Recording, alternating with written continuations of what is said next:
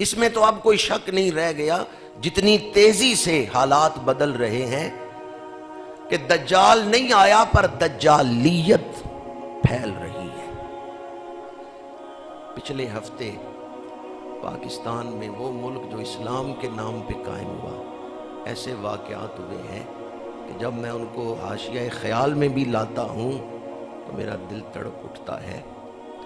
میں کتنی دفعہ اس جوان کو سلام پیش کر چکا ہوں جو گزشتہ دنوں لاہور میں شہید ہوا ہے، سرفراز نامی نوجوان۔ اس کو پتہ چلا کہ پولیس کی اور تحریک کے لوگوں کی لڑائی ہو رہی ہے، تو وہ بازار سے اس طرف جاتے ہوئے اپنے گھر بیوی کو میسج کرتا ہے واٹس ایپ پہ، شاید بعض لوگوں نے سنا ہوگا اس کا میسج۔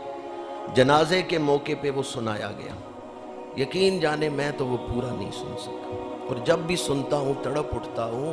اس دور میں بھی ایسے لوگ موجود ہیں۔ مجھے اس جوان کے قدموں کی خاک ملے تو میں اپنی آنکھوں کا سرما بناؤں، جو اس کا لہجہ ہے اخلاص والا اور محبت والا۔ وہ اپنی بیوی کو فون کر رہا ہے اور 6 مہینے کی بچی گھر میں چھوڑ کے آئے، تھوڑا عرصہ ہوا ہے شادی ہوئی ہے، 6 مہینے کی بچی ہے، اور وہ میسج کیا کر رہا ہے؟ وہ کہتا ہے کہ میں بابا جی کے مزار کی طرف جا رہا ہوں، وہاں سنا لڑائی ہو رہی ہے، تو اگر کوئی مسئلہ مسائل ہو گیا تو گھبرانا نہیں۔ اس سے بڑی کیا خوش نصیبی ہوگی کہ میں حضور کے نام پر اپنی جان دے دوں۔ ہزاروں سلام اس جوان کو۔ اور پھر وہ کہتا ہے کہ اگر میں شہید ہو گیا تو زیادہ فکر نہیں کرنا، صبر کرنا، پاک دامنی سے زندگی گزارنا، میری بچی کو دین کا عالم بنانا، علم دینا دین کا، اور میں نے جن لوگوں کے دل دکھائے ہیں میری طرف سے ان سے معافی مانگنا۔ اس دور میں بھی ایسے لوگ موجود ہیں، بلکہ حقیقت یہ ہے کہ جہاں ایمان کامل ہے وہاں ہر شے سے بڑھ کے حضور کا ہی پیار ہے۔ اور لاہور کی سرزمین نہیں، گزشتہ ہفتے یہ واقعہ دیکھا کہ ایک عالم دین ہے، مجھے ان کا نام نہیں ذہن میں، ان کا ایک بیٹا جیل میں ہے اور دوسرا بیٹا شہید ہوا ہے، اس کی میت سامنے پڑی ہوئی ہے اور وہ بیان کر رہے ہیں، بیٹے کی میت سامنے پڑی ہوئی ہے اور وہ کہہ رہے ہیں کہ میرا ایک بیٹا جیل میں ہے، دوسرا بھی شہید ہو گیا ہے، میں اس پہ رشک کر رہا ہوں، یہ مجھ پر بازی لے گیا ہے، یہ مجھ سے آگے بڑھ گیا ہے۔ میں ان دونوں، ویسے تو اور بھی کئی واقعات ہوئے ہیں، ایک نوجوان دوسرے کو تسلی دے رہا ہے، کہتا ہے گھبراؤ نہ، ہم حضور کے آسرے پہ یہاں آئے ہوئے ہیں، حضور کے سہارے پہ یہاں آئے ہوئے ہیں۔ یہ جن لوگوں کی باتیں میں آپ کو سنا رہا ہوں، انہوں نے حضور کو چاند 2 ٹکڑے کرتے ہوئے دیکھا ہے، انہوں نے حضور کے ہاتھ میں ہاتھ دے کے بیعت کی ہے، یہ تو 1400 سال بعد آئے ہیں۔ یہ واقعات جو میں آپ کو سنا رہا ہوں پچھلے ہفتے کے ہیں، یہ 1400 سال بعد کے واقعات ہیں۔ میں سوچ میں پڑ گیا، اگر 1400 سال بعد یہ امت اپنے نبی سے اتنی محبت کرتی ہے تو جنہوں نے ہاتھ میں ہاتھ دے کے بیعت کی تھی وہ کتنی محبت کرتے ہوں۔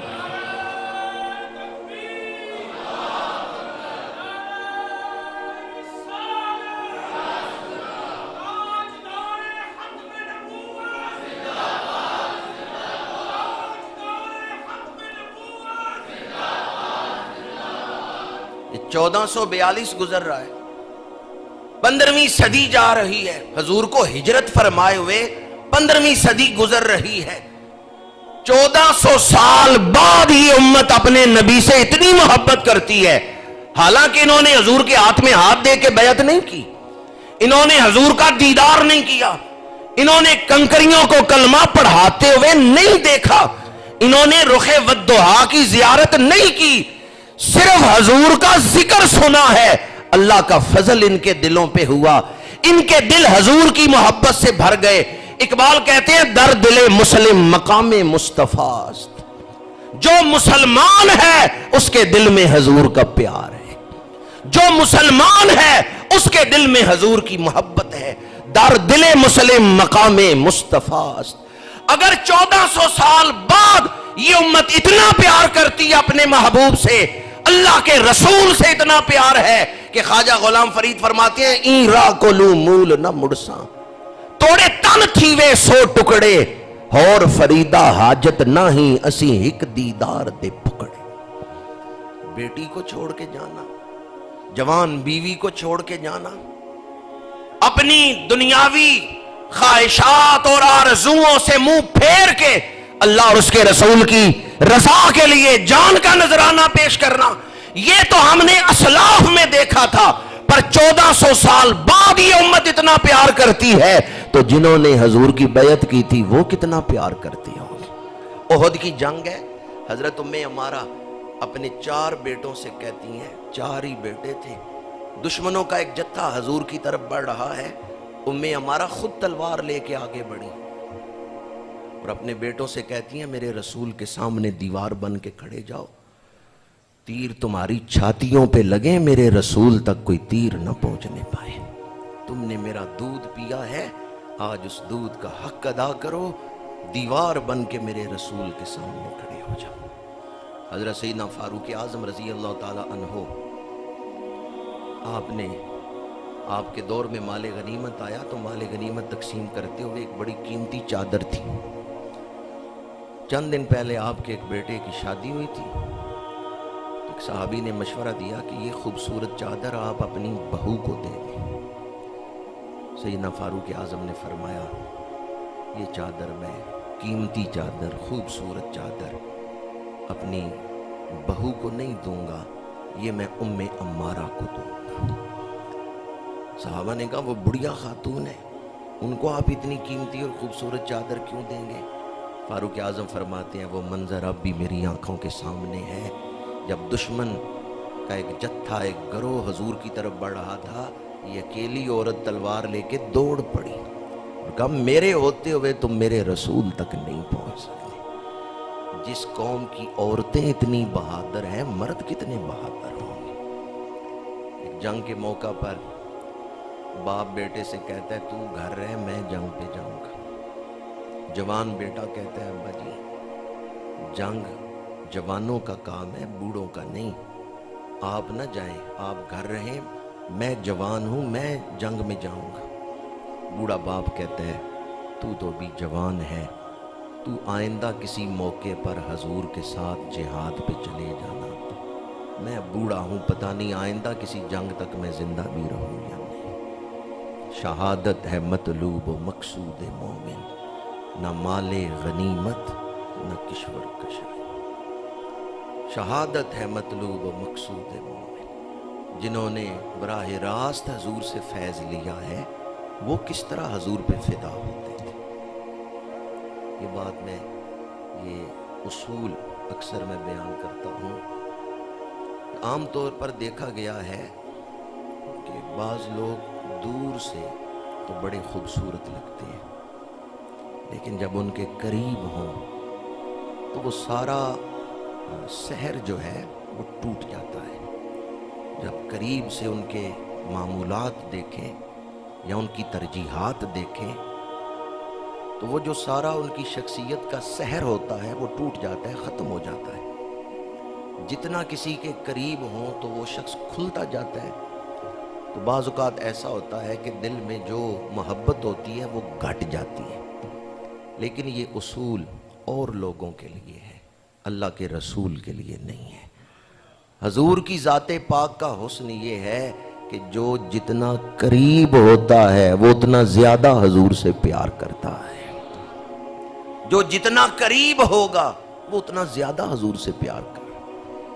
جوں حضور کا قرب حاصل ہوگا، حضور کی سیرت پاک، حضور کے کردار، حضور کی شخصیت کا حسن نظر آئے گا، وہ پہلے سے زیادہ حضور سے محبت کرے گا. آج 10 رمضان المبارک ہے اور آج کا دن محسنہ اسلام ام المومنین حضرت سیدہ خدیجۃ الکبریٰ رضی اللہ تعالی عنہا آپ کا یوم وصال ہے. ام المومنین ہم سب کی روحانی ماں ہیں. بیویاں عام طور پہ، ہمیشہ ایسا نہیں ہوتا، عام طور پہ بیویاں چونکہ خاوند کے گھر میں رہتی ہیں قریب سے دیکھتی ہیں، اس لیے وہ عقیدت نہیں رکھتی خامدوں کی۔ بسا اوقات لڑائیاں بھی ہوتی ہیں، عقیدت تو دور کی بات، بیویاں دشمن بھی بن جاتی، لیکن آپ قرآن پڑھ کے دیکھیں، آپ احادیث پڑھ کے دیکھیں، صحابہ سے بڑھ کر حضور کی ازواج حضور سے محبت کرتی ہیں، امہات المؤمنین حضور سے محبت کرتی تھی۔ حالانکہ سب سے زیادہ قرب گھر کے اندر کی جو زندگی ہے وہ امہات المؤمنین دیکھ رہی ہیں، پر گھر کے اندر کی زندگی کی جو گواہی امت کے سامنے امہات المومنین نے بیان کی ہے، وہ گواہی ہی آج کافروں کے لیے کافی ہے کہ آؤ دیکھو اللہ کا سچا رسول جن کی گواہی سب سے پہلے گھر والوں نے دی ہے۔ پہلی وہی نازل ہوئی، حضور گھر تشریف لائے تو سب سے پہلے حضور کی نعت کس نے پڑھی ہے؟ حضرت خدیجہ الکبریٰ نے پڑھی۔ پہلی نعت حضور کی بارگاہ میں جو پیش کی ہے وہ ام المومنین حضرت سیدہ خدیجہ الکبریٰ رضی اللہ تعالی عنہا نے پیش کی اور حضور کو تسلی دی۔ میرے آقا کریم صلی اللہ علیہ وآلہ وسلم پہ پہلی وحی نازل ہوئی تو حضور نے فرمایا زملونی زملونی لقد خشیت علی نفسی، مجھے چادر اڑا دو۔ کچھ دیر کے بعد جب افاقہ ہوا تو میرے آقا کریم نے فرمایا خدیجہ میں اللہ کا نبی ہوں۔ حضرت خدیجہ الکبریٰ مسکرائی۔ میرے آقا کریم نے فرمایا خدیجہ مسکرا کیوں رہی ہو؟ یا رسول اللہ آپ آج بتا رہے ہیں کہ میں اللہ کا نبی ہوں، مجھے تو 15 سال پہلے پتا تھا آپ اللہ کے نبی ہیں۔ میں نے تو آپ کے ساتھ نکاح سے پہلے خواب دیکھا تھا کہ آسمان کا چاند میرے گھر میں اتر آیا ہے اور میرے گھر سے دنیا میں روشنی پھیل رہی ہے۔ میں نے اپنے چچا زاد بھائی ورقہ بن نوفل کو، جو اس دور میں تورات اور انجیل کے بہت بڑے عالم تھے، ورقہ بن نوفل کو یہ خواب سنایا تو ورقہ بن نوفل نے کہا خدیجہ تو نے ہی یہ خواب دیکھا ہے؟ میں نے کہا میں نے یہ خواب دیکھا ہے۔ ورقہ بن نوفل نے کہا پھر آخری نبی کے ظہور کا وقت قریب ہے اور تجھے ان کی زوجیت کا شرف حاصل ہوگا۔ ام المومنین عرض کرتی ہیں یا رسول اللہ میں نے تو ایسی نشانیاں آپ کے ساتھ نکاح سے